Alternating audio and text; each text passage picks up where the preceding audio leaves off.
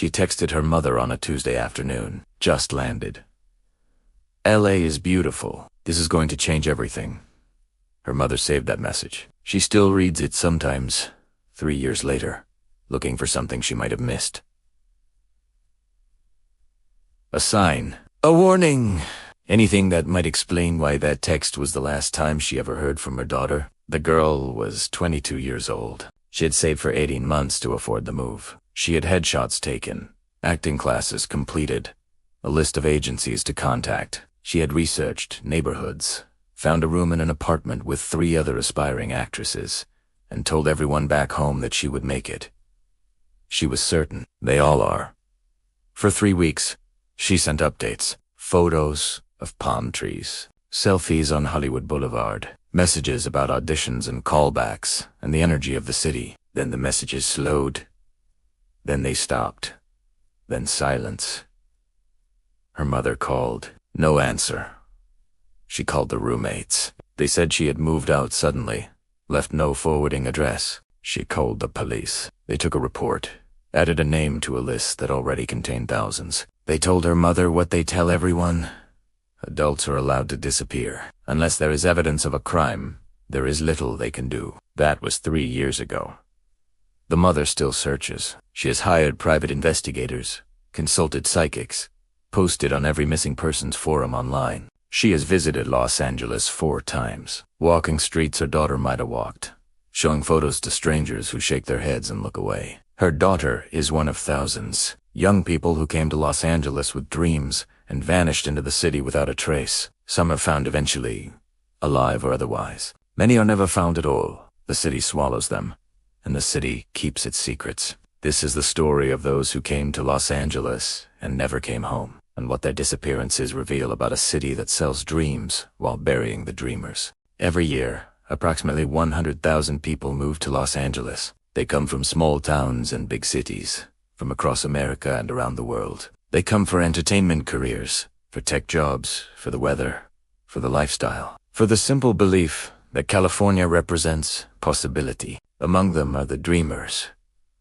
the young people who arrive with stars in their eyes and certainty in their hearts. They will be actors, musicians, models, influencers. They will be discovered, recognized, celebrated. They have seen the stories of those who made it, and they believe those stories will be their own. What they do not see are the stories of those who did not make it, the thousands who arrived with the same certainty and left with nothing, the thousands more who never left at all, trapped in a city they cannot afford to escape, too proud or too broken to go home.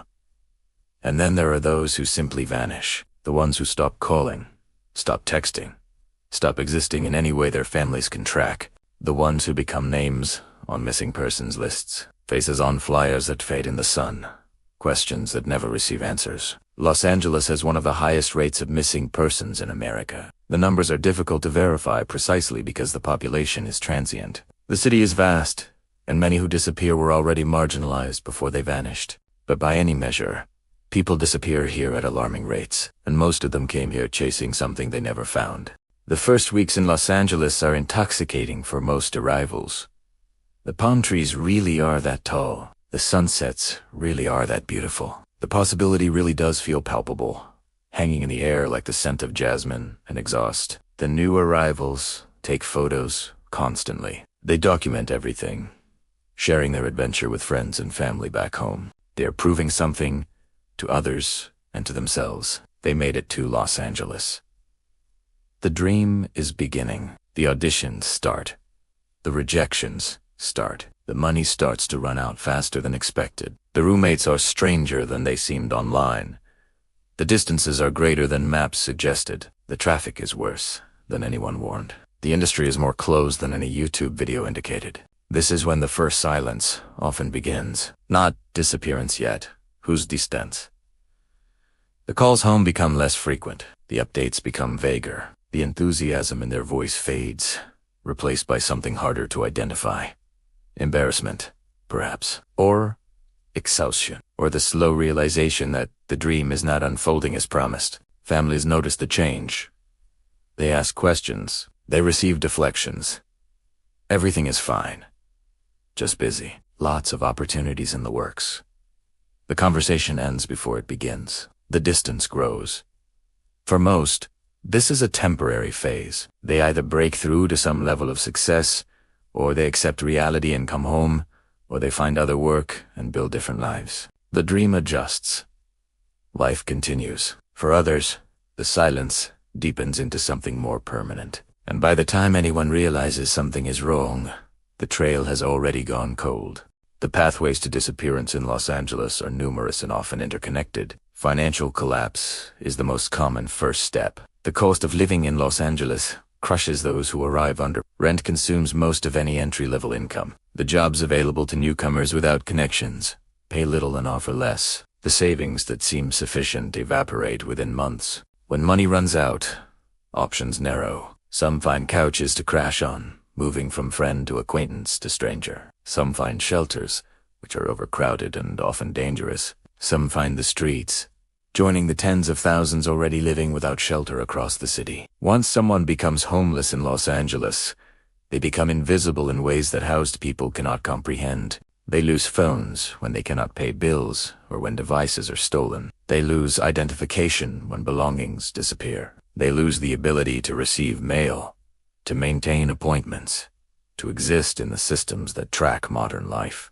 For families searching from thousands of miles away, this invisibility is devastating. Their loved one is somewhere in a city of 13 million people, with no phone, no address, no way to be found. The search becomes impossible without physically walking the streets, checking encampments, showing photos to people who have seen too many similar faces to remember any individual. Drugs accelerate the process of disappearance. Los Angeles has abundant supplies of everything, from marijuana to fentanyl, readily available to anyone seeking escape from reality. For young people whose dreams have collapsed, whose money has vanished, whose support systems are 3,000 miles away, the temptation of chemical relief can be overwhelming. Addiction transforms people in ways that make them unrecognizable, physically and psychologically. The person who arrived with headshots and ambition becomes someone their family would not recognize on the street. The voice on the phone, in the rare calls that still occur, belongs to a stranger.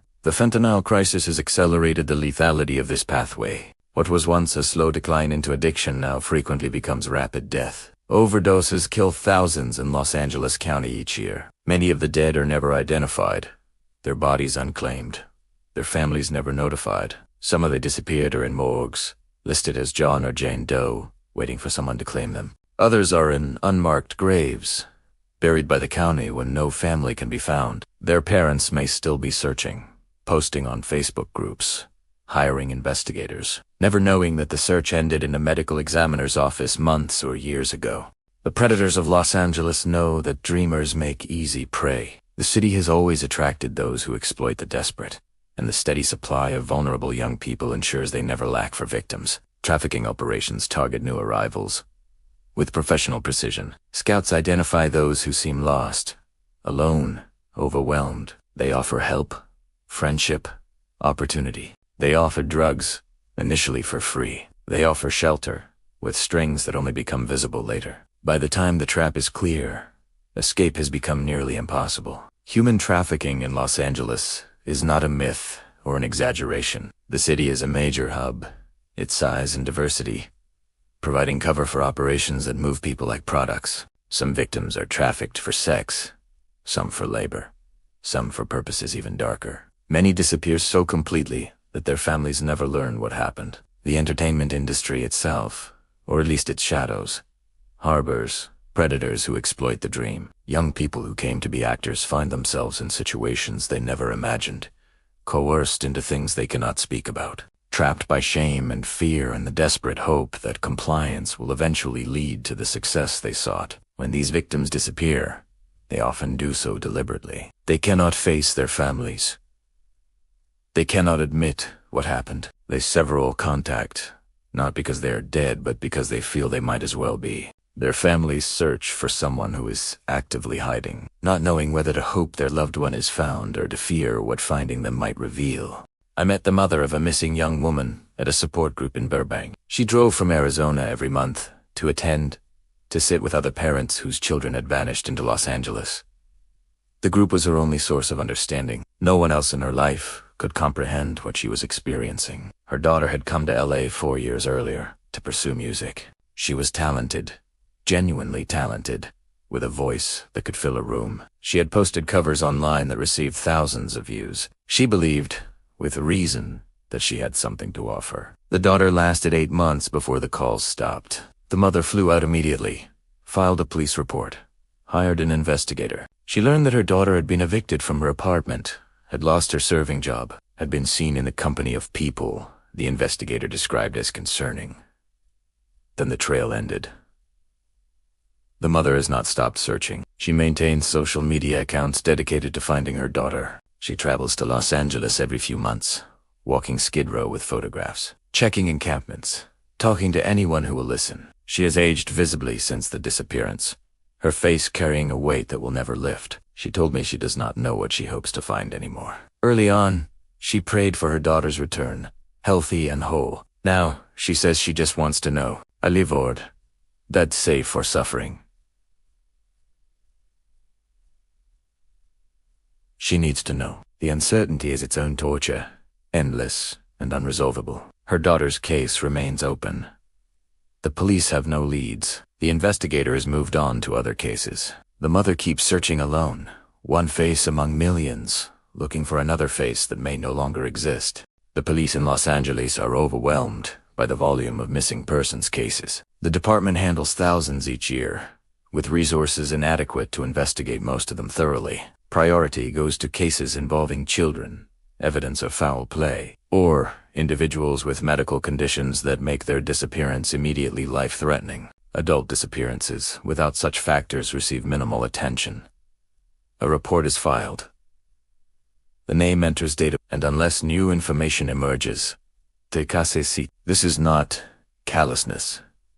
It is mathematics. The LAPD cannot investigate every adult who stops returning calls, especially in a city where transience is normal and people reinvent themselves routinely. Some of those reported missing are not missing at all, just people who have chosen to cut contact with families they wish to escape.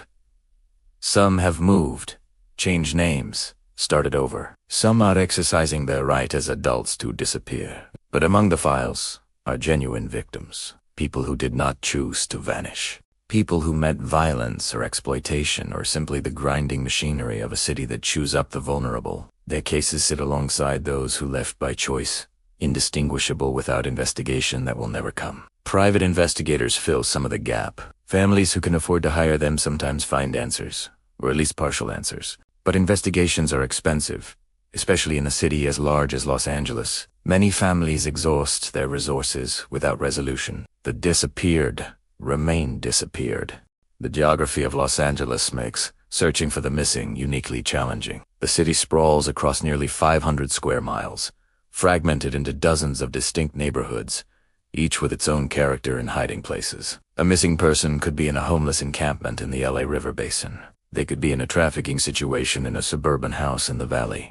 They could be in a drug den in Hollywood or a squat in East LA or a canyon in Malibu or anywhere in between. They could have left the city entirely, hitchhiking north or drifting south toward the border. The transient population complicates everything. Los Angeles has more than 75,000 people experiencing homelessness on any given night. They move constantly, from encampment to shelter to street to encampment. They often use different names. They are wary of questions from strangers. Finding one person among them is like finding a specific grain of sand on a beach. The diversity of the population provides additional cover. Los Angeles contains every ethnicity, every language, every culture. Someone can disappear into a community that outsiders cannot penetrate, where questions from police or investigators are met with suspicion or silence. The city has tolerance for reinvention means no one looks twice at a new face with a thin story. Some of the disappeared are found, eventually. The reunions are rarely what families imagined during years of searching. They find their loved ones on the streets, broken by addiction, unrecognizable beneath layers of trauma and neglect. They find them in hospitals, recovering from overdoses, or violence, or illness. They find them in jails, arrested for crimes committed in the desperate pursuit of survival. They find them in morgues, too late for anything but burial. The living found are not always willing to be found. Some have built new lives they do not wish to abandon. Some are trapped in situations they cannot explain. Some have been damaged so severely by their experiences that they cannot function in the families they left behind. The reunion becomes its own trauma, the hoped-for ending replaced by something more complicated and painful. For families who find their loved ones alive, the work has only begun. Addiction treatment, mental health care, physical recovery, the rebuilding of relationships strained by years of uncertainty, the adjustment to a person who is no longer the person who left. For those who learn their loved ones are dead, there is at least closure, bitter as it may be. Body to body. A story, however incomplete, of what happened, an ending that allows grief to begin. The cruelest outcome is never knowing. The permanent uncertainty. The birthday cards with no address. The phone calls that will never be answered. The life suspended between hope and mourning, unable to fully commit to either. What drives someone to stay lost? The question haunts families who cannot understand why their loved one does not simply come home. Shame is the most common answer. The person who left with promises of success cannot face returning in failure. The longer they stay away, the harder return becomes. The silence that began as temporary becomes permanent, calcified by years of avoiding the truth. Pride intertwines with shame. Admitting defeat feels impossible for those who staked everything on the dream. They would rather suffer in anonymity than return to witness the pity in familiar eyes. The family waiting with open arms looks, from this distance, like a tribunal waiting to judge. Transformation plays a role for some. The person they have become bears little resemblance to the person who left. They have done things, experienced things, become things that cannot be explained to those who knew them before. The person their family is searching for no longer exists, even if someone with the same DNA still walks the streets. Mental illness, developed or exacerbated by life in Los Angeles, makes return impossible for many. Untreated schizophrenia, bipolar disorder, severe depression, and other conditions impair judgment and sever the connections that might lead someone home. The person cannot call because they cannot organize the thought of calling. They cannot return because they cannot plan beyond the next hour. And some stay lost because they have been lost by others, held against their will, controlled by people who profit from their captivity. Their families search for someone who cannot escape, who may be praying for rescue that will never come. The DOE network maintains a database of unidentified bodies and missing persons, trying to connect the two. It is grime, work, matching dental records and physical descriptions, and old photographs. 2 remains found in fields and alleys and rivers. Los Angeles County has hundreds of unidentified dead bodies found in various states of decomposition, discovered in homeless encampments or construction sites or patches of wilderness. The county buries them when no identification can be made, maintaining records in case someone eventually comes looking. Organizations work to prevent these anonymous ends. The DNA DOE project uses genetic genealogy to identify remains that would otherwise never be named. The National Missing and Unidentified Persons System attempts to connect families with answers. Volunteer networks comb through cases, looking for matches that official resources might miss. But the backlog is overwhelming. The resources are inadequate. The dead accumulate faster than they can be identified. Somewhere in the county's records may be the answer a mother in Arizona has sought for years. It may never be found. The survivors I spoke with, those who nearly became statistics but somehow found their way back, describe Los Angeles as a kind of machine, a beautiful machine that processes young people and discards most of them, extracting whatever value they offer before spitting them out. One young man, now 30, came to LA at 21 to act. Within 2 years he was homeless, addicted to methamphetamine, and certain he would die on the streets. His family had given up on him. He had given up on himself. What saved him, he said, was a random chance. A pastor running a soup kitchen recognized something in him and refused to let go, got him into treatment, found him a job, became the support system he had lost. Without that intervention, he believes he would be dead or still lost somewhere in the city. He does not romanticize his survival. He knows how many do not make it. He visits Skid Row sometimes, recognizing faces from his years on the street, watching them age and deteriorate, knowing that each one has a family somewhere wondering what happened. The randomness haunts him. Why did the pastor choose him and not the person standing next to him in line? Why was he ready to accept help that day when he had refused it before? Why did he live when so many others died? There are no good answers, just chance, and the knowledge that the machine keeps running. What can be done? The question has no satisfying answer.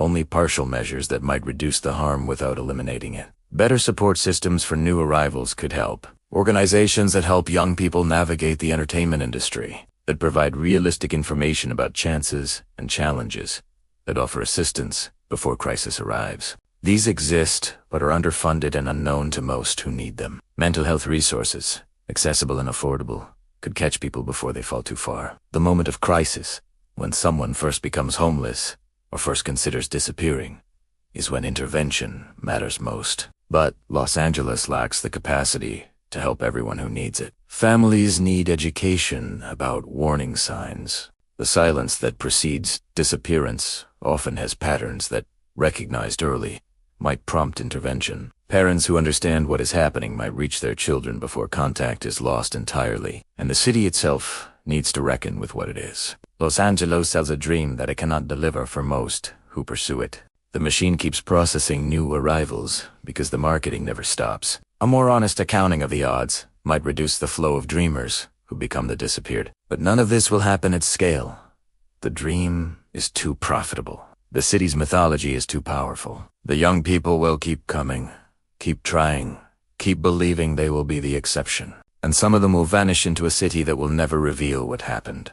Night falls on Los Angeles. The lights come on across the basin, that endless grid of illumination that makes the city visible from space. Somewhere in that grid, a mother is searching for a daughter who disappeared 3 years ago. A father is checking morgue records for a son who stopped calling. A sibling is walking Skid Row with a photograph, asking strangers if they have seen this face. And somewhere else in that grid, the missing ones exist, in whatever form they still exist. Some are alive, surviving in ways their families cannot imagine. Some are dead.